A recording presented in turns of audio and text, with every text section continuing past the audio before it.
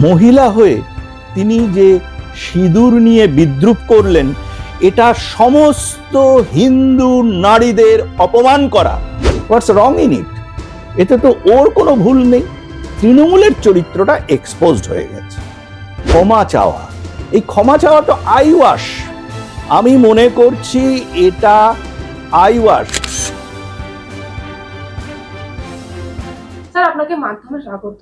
নমস্কার স্যার, আমরা এই একটা অডিও দেখলাম, খুব ভাইরাল হচ্ছে, আমরা দেখতে পাচ্ছি। সেক্ষেত্রে আমরা দেখলাম যে অনুব্রত মণ্ডল তিনি একেবারে বোলপুরের আইসিকে যেভাবে অশ্রাব্য অকথ্য ভাষায় গালিগালাজ করছেন, কিভাবে দেখছেন বিষয়টা আপনি?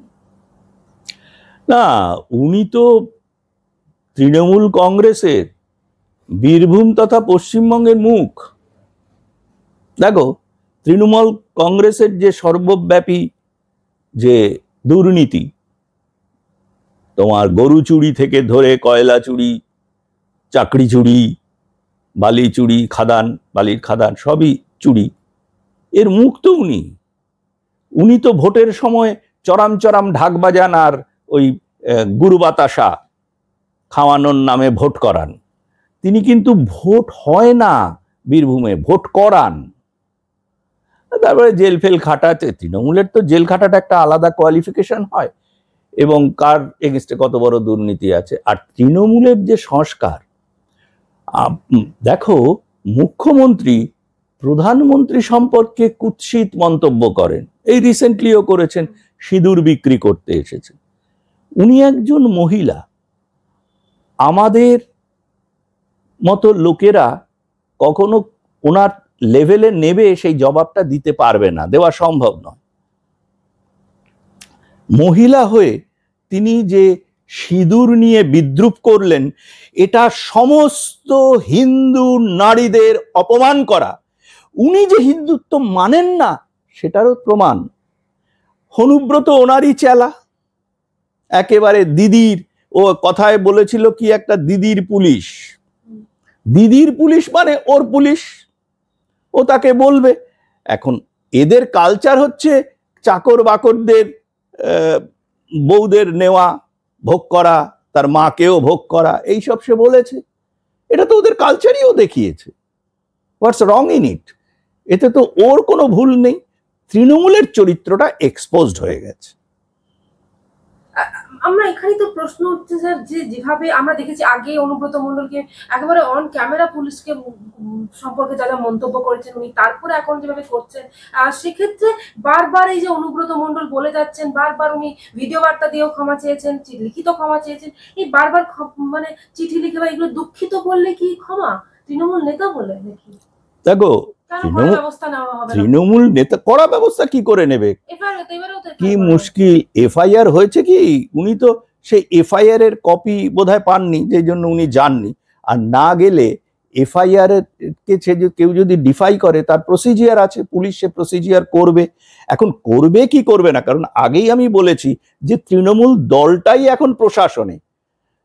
আমাদের এখানে মুখ্যমন্ত্রী এবং শাসক দল তারাই প্রশাসনকে কবজা করে দলীয় পদ্ধতিতে চালাচ্ছে, এবং সামাজিক যে আমাদের বাঙালিদের চরিত্র, বাঙালিদের সারা ভারতবর্ষ তথা পৃথিবীতে মাথা হেট করে দিয়েছে এরা। এই যে অনুব্রতর ওই ভিডিওটা সবাই শুনেছে, আমিও শুনেছি। এখন তারপরে ক্ষমা চাওয়া, এই ক্ষমা চাওয়া তো আইওয়াশ। আমি মনে করছি এটা আইওয়াশ। তিনি তো আগে পুলিশকে বোম মারতে বলেছেন, এবং বলেছেন আমি বলছি বোম মারুন, সে ভিডিও আছে, ক্ষমা চাইছেন। তারপরে কোনো মহিলাকে বলেছেন গাঁজা কেস দাও ওর বিরুদ্ধে, ফলস চার্জ করো পুলিশকে, এবং পুলিশ সম্পর্কে কোনো সম্ভ্রমসূচক কথাবার্তা তার মুখ দিয়ে বেরোয়নি। ওই লোকটার কি করে কথাবার্তা বেরোবে? কারণ ওর মানে নর্দমার আবর্জনায় পুরো সারা দেহ ভর্তি, ওর মুখেও নর্দমার আবর্জনা, তো মুখ থেকে সেই আবর্জনাগুলোই বেরোবে। কিন্তু ওই যে আমি বললাম যে আমরা তো ওই লেভেলে নেবে এদের বলতে পারি না। মুখ্যমন্ত্রীকেও সেই লেভেলে তিনি এর আগে প্রধানমন্ত্রীকে কি কোমরে দড়ি বেঁধে না হাতে দড়ি বেঁধে নিয়ে আসবেন বলেছিলেন। মহিলা বলতে তিনি যে সামাজিক যে রীতি নীতি পদ্ধতি ভদ্র মানুষদের যে ব্যবহার সেটা মানবেন না। তার একটাই বক্তব্য, আমি যাই হই না কেন। যেমন ধরো অনেক আগে, যদিও তিনি এরকম বলতেন না, বামফ্রন্টের একজন মন্ত্রী ছিলেন, অধুনা প্রয়াত, অনেকদিন মারা গেছেন। তিনি একটা কথা বলেছিলেন যে আমি ভদ্রলোক নই, আমি কমিউনিস্ট। মানে উনি মিন করতে চেয়েছিলেন কমিউনিস্ট হলে ভদ্রলোক হয় না। আমি এটা বক্তব্য বলছি না, সেটা উনি বলেছিলেন। তো যাকে অত্যন্ত শিক্ষিত লোক ছিলেন তিনি, কোনো সন্দেহ নেই। তো এখন এ অশিক্ষিত একটা মূর্খ চোর, এবং দিদিমণির আঁচলের তলায় তিনি থাকেন। কিভাবে তৃণমূল ভোট করে, উনি কিভাবে ভোট করান, সেগুলো তো ওনার কথা থেকেই এক্সপোজড। আর ক্ষমা চাওয়া বলছে, উনি সব ক্ষেত্রেই ক্ষমা চান। আর ক্ষমার ভাষাটাও দেখো, ক্ষমা চাওয়ার ভাষাটাও কিন্তু ত্রুটিপূর্ণ। আর ক্ষমা চাইলে, তাহলে আমি একটা কথা বলি, তাহলে যদি তৃণমূলের নেতাদের পুলিশকে মানুষ পেটায়, পিটিয়ে মেরেও ফেললো কাউকে কাউকে, তারপর একটা ক্ষমা চাইয়ে দেবে, দুঃখ প্রকাশ করে দেবে, তাহলে কিন্তু এফআইআর এফেক্টিভ হবে না এবং পুলিশ ধরতে পারবে না। শুধু এফআইআর করে আমরা দেখলাম পুলিশ করেছে, এফআইআর করেছে পুলিশ, শুধু কেন করা ব্যবস্থা না হবে না? যিনি বারবার কি মুশকিল করার, পুলিশের যে ওপরওয়ালা তিনিই তো অনুব্রতর রক্ষাকর্তা, তাহলে কিভাবে ব্যবস্থা নেওয়া হবে? পুলিশ মন্ত্রী কে? পশ্চিমবঙ্গের মুখ্যমন্ত্রী, এবং তিনি অনুব্রতর দিদি। তাহলে সেই দিদি যার রক্ষাকর্তা, যিনি দিদির আঁচলের তলা, তিনি পরিষ্কারভাবেই বলেন আমি দিদির কাছেই থাকি, দিদির ছায়াতেই মানুষ। সুতরাং বোঝাই যাচ্ছে পুলিশ কি করে করে। পশ্চিমবঙ্গে আইন শৃঙ্খলা তো কোনোদিনই ছিল না গত 10-12 বছরের মধ্যে, এখনো নেই। কাজে এফআইআর কিসের? এফআইআর তৃণমূলের নেতারা যত অন্যায় করুক, এফআইআর হয় না, বা হলে এফেক্টিভ হয় না, সেটাই পশ্চিমবঙ্গ। আমরা দেখলাম ক্ষমা চেয়ে যে ভিডিও বার্তা দিয়েছেন অনুব্রত মণ্ডল, সেখানে তিনি বলছেন যে পুলিশকে আমি প্রচন্ড সাহায্য করি, পুলিশকে আমি ভালোবাসি প্রথম থেকেই, পুলিশ বিপদে পড়লে পাশে আমি দাঁড়াই। এটা উনি যদি আরেকটু এক্সপ্লেইন করতেন যে পুলিশ কেমন বিপদে পড়েছে আর উনি কেমন পাশে দাঁড়িয়েছেন, তাহলে জনসাধারণের বুঝতে সুবিধে হতো যে ওনার কি চরিত্র এবং পশ্চিমবঙ্গের পুলিশের কি চরিত্র। না মানে আমরা তো সাধারণত জানি যে জনগণ বিপদে পড়লে পুলিশের পাশে, পুলিশ গিয়ে তাদের পাশে দাঁড়ায়। এক্ষেত্রে অনুব্রত মণ্ডল না, পুলিশ কেন জনগণের পাশে দাঁড়াবে? পুলিশ তো দলদাস। পশ্চিমবঙ্গের পুলিশের সম্পর্কে একটা কথা কিন্তু সব জায়গায় প্রচলিত, পশ্চিমবঙ্গের বাইরেও, সেটা হচ্ছে পশ্চিমবঙ্গের পুলিশ হচ্ছে দিদির পুলিশ, যেটা অন্যেরা বলে মমতা পুলিশ। না, অনুব্রত মণ্ডল তো চিঠিতে লিখেছে দিদির পুলিশ। হ্যাঁ, সেটা উনি বলেছেন দিদির পুলিশ, অর্থাৎ মমতা পুলিশ। তো এই পুলিশের থেকে তুমি জনগণের সেবা, জনগণের কাজ আশা করছো কি করে? এই তৃণমূল দলটা যে পরিচালনা করছে পশ্চিমবঙ্গ, এখানে দু ধরনের গুন্ডা আছে। একদল হচ্ছে লাইসেন্সবিহীন, তারা হচ্ছে পার্টির দলীয় সমর্থক, দলীয় এই অনুব্রত মার্কা। আর একদল হচ্ছে লাইসেন্সড, তারা পুলিশের উর্দি পড়ে আছে। আমরা দেখলাম অনুব্রত মণ্ডল যে চিঠিটা লিখেছেন ক্ষমা চেয়ে, সেক্ষেত্রে তিনি বলছেন যে আমার আর আমাদের বোলপুরের আইসির সাথে গালমন্দ যে ফুটেজ গেল, কে দিল? কোনো চক্রান্ত নেই তো? উনি চক্রান্তের গন্ধ দেখছেন এর মধ্যে।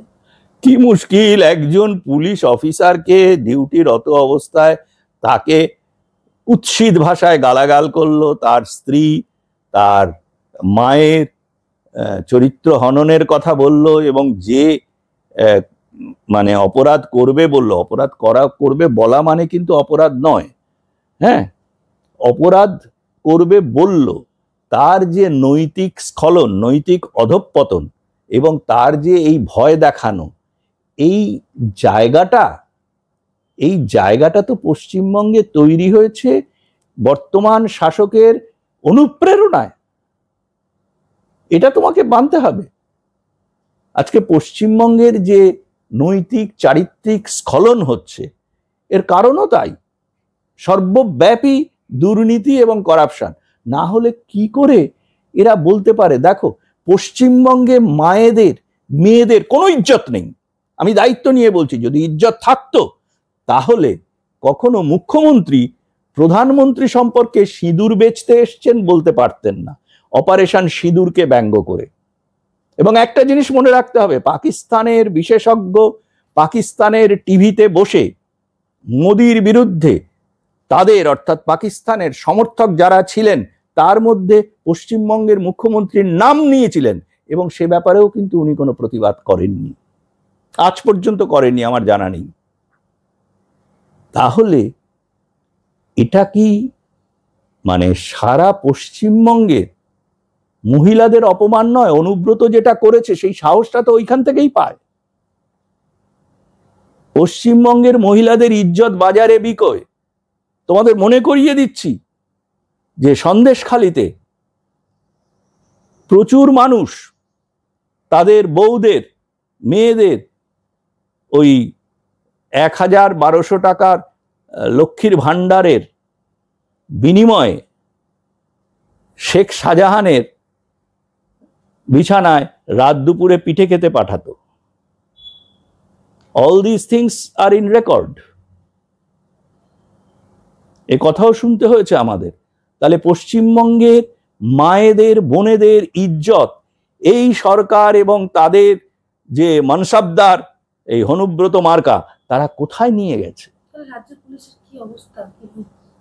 রাজ্য পুলিশ তো কি মুশকিল, দলটা শাসন করছে, তাদের নেতারা শাসন করছে, রাজ্য পুলিশ তাদের আজ্ঞাবহ ভৃত্য মাত্র। এখন দেখেছো তো সেই মুঘল আমলে তোমরা পড়বে, কোনো মানসাবদারের যদি ইচ্ছে হতো কোনো একজন ভৃত্যর বউকে বা মাকে সে ভোগের সামগ্রী করবে, সে করতো। মানে এই রাজ্যে এখন পুলিশের এই অবস্থা? তাই তো দেখছি। আমি বলছি না, আমি তো এই ঘটনা কি প্রমাণ করছে তাই তো দেখছি, তারপর এটা দুঃখ প্রকাশ করে দেবে, হয়ে গেল। এইটা মানে গণতান্ত্রিক স্বাধীন ভারতবর্ষে এইটুকু চেঞ্জ হয়েছে যে দুঃখ প্রকাশটা হচ্ছে, কিন্তু তার ভ্যালু কি দেন কি বিষয় আমার জানা নেই। শাসন মানে প্রশাসনিক স্তরে তো পুলিশটা একটু মেরুদণ্ড হবে। প্রশাসনে পুলিশ মেরুদণ্ড নয়, পুলিশ হচ্ছে আজ্ঞাবাহী ভৃত্য, শাসক দলের আজ্ঞাবাহী ভৃত্য হিসেবে ফাংশন করছে।